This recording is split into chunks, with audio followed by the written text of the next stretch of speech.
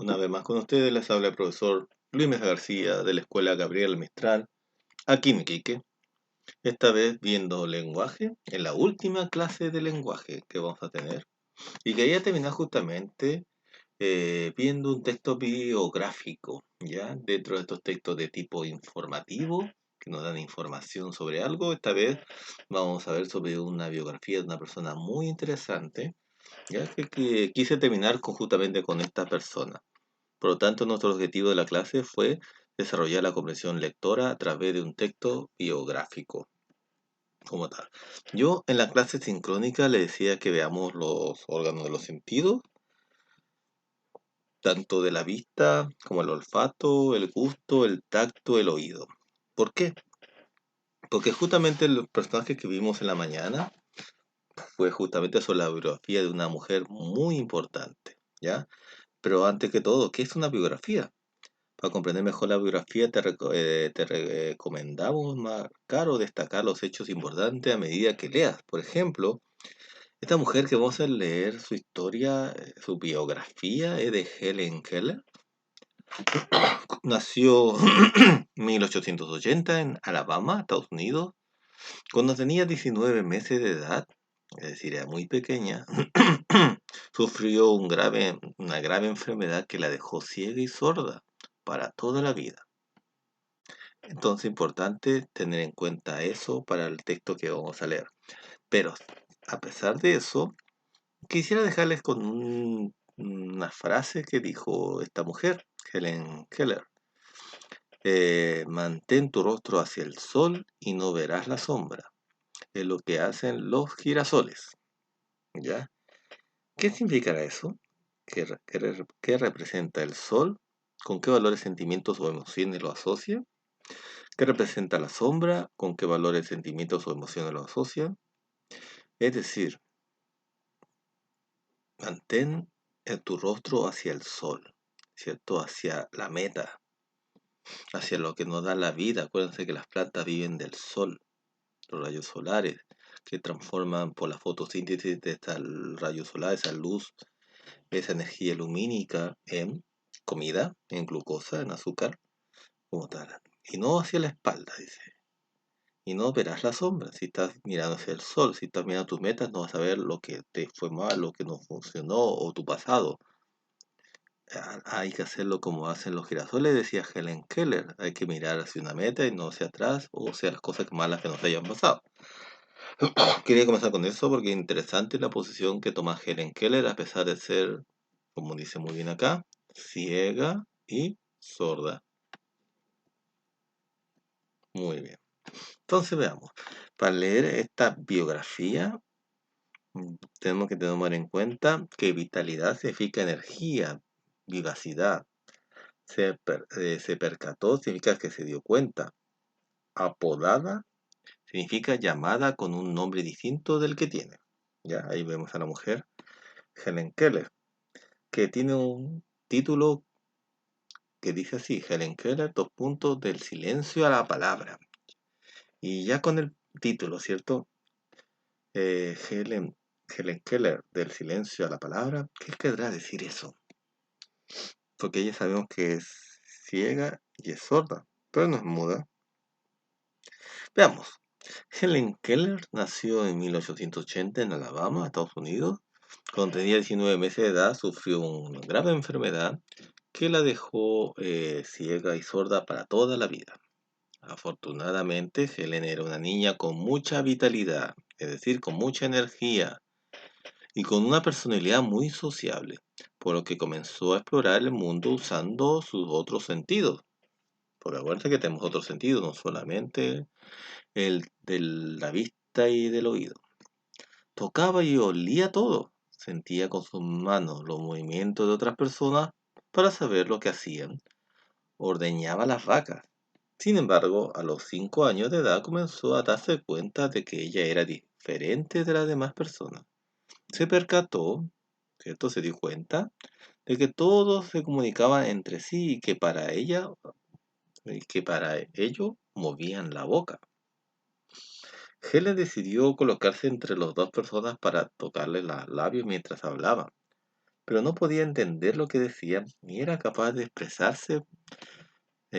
Por más que lo intentaba, no la entendían. Entonces se desesperaba, se ponía furiosa, se daba golpes contra la pared y pateaba las cosas. ¿Ya? Entonces se entiende por la frustración que ella estaba sintiendo. Muy bien. Helen decidió colocarse entre dos personas, ya le hemos dicho, para tocar los labios. Esta es la cosa. Entonces, a medida que crecía su frustración y su rabia, aumentaron. Se convirtió en una niña salvaje, violenta e incontrolable. Ya. Ahí vemos a Helen Keller cuando tenía 15 años. Esto fue como en 1905. O sea, se entiende por la frustración que debe sentir esta niña al ver que no se podía comunicar y que no entendía lo que le decían los demás. La madre de Helen comprendió que la causa de esta violencia era su necesidad de comunicarse y decidió contratar a una maestra privada. Así llegó Annie Sullivan a la familia Keller. Annie provenía de una familia pobre y había perdido la visión cuando tenía 5 años. En el colegio Perkins para ciegos, donde estudió, fue apodada la fiera por su mal carácter y pésimo comportamiento. Pero el director del colegio se dio cuenta de que era una niña muy capaz y se dedicó especialmente a enseñarle. Así, con el tiempo, Annie llegó a ser una de las mejores alumnas. Después de varios años y tras 2 operaciones recobró la visión. Luego se graduó con honores como maestra de ciegos. Cuando conoció a Helen, Annie se dio cuenta de que si la niña lograba comunicarse, cambiaría sus rabietas por buenas conductas. Así que su primer paso fue enseñarle el alfabeto manual, es decir, el abecedario. El alfabeto, también llamado braille en honor del hombre que lo inventó, es un sistema de escritura en relieve, es decir, figuras que resaltan sobre una superficie plana, y gracias a él, Annie le enseñó a leer a Helen, o sea, con el alfabeto manual, es decir, con el famoso tablero braille. La maestra tomaba la mano de la niña y la ponía en contacto con el agua. Luego la hacía tocar la palabra agua en braille. Así Helen comprendió que cada cosa que había en el mundo tenía un nombre. Poco a poco comenzó a aprender nuevas palabras, después frases, a continuación oraciones. Annie fue preparando a su alumna, enseñándole todo lo que ella necesitaba para luego aprender a hablar. Con el tiempo Helen llegó a ser más educada y amable, y pronto aprendió a leer y escribir usando el sistema braille. También aprendió a leer los labios de las personas. Los tocaba con sus dedos para saber qué sonido habían emitido. Por último, aprendió a hablar. Annie le enseñó a identificar las vibraciones que cada sonido hacía en la garganta. Y Helen poco a poco pudo reproducir estos sonidos. Este fue el mayor logro de alguien que no podía oír absolutamente nada.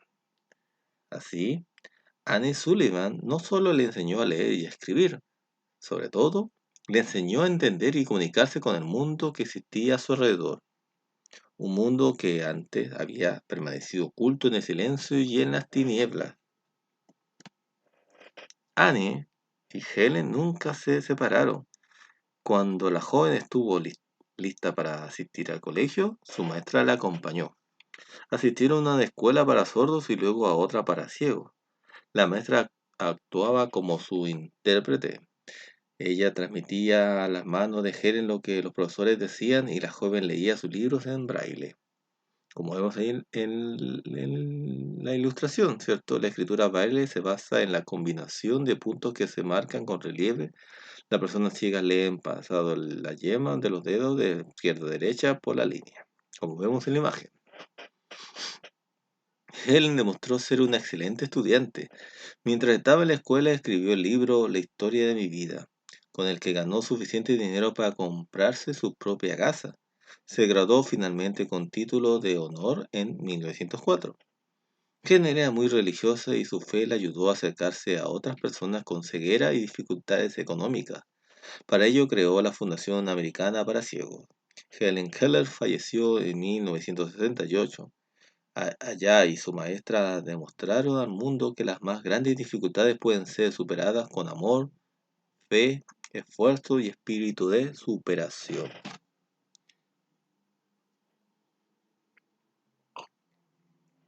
Si se dan cuenta, es muy interesante esta historia, porque a veces nosotros podemos decir, no, no comprendo esto, me cuesta leer rápido, me cuesta leer con fluidez, me cuesta aprender matemáticas, etcétera, etcétera.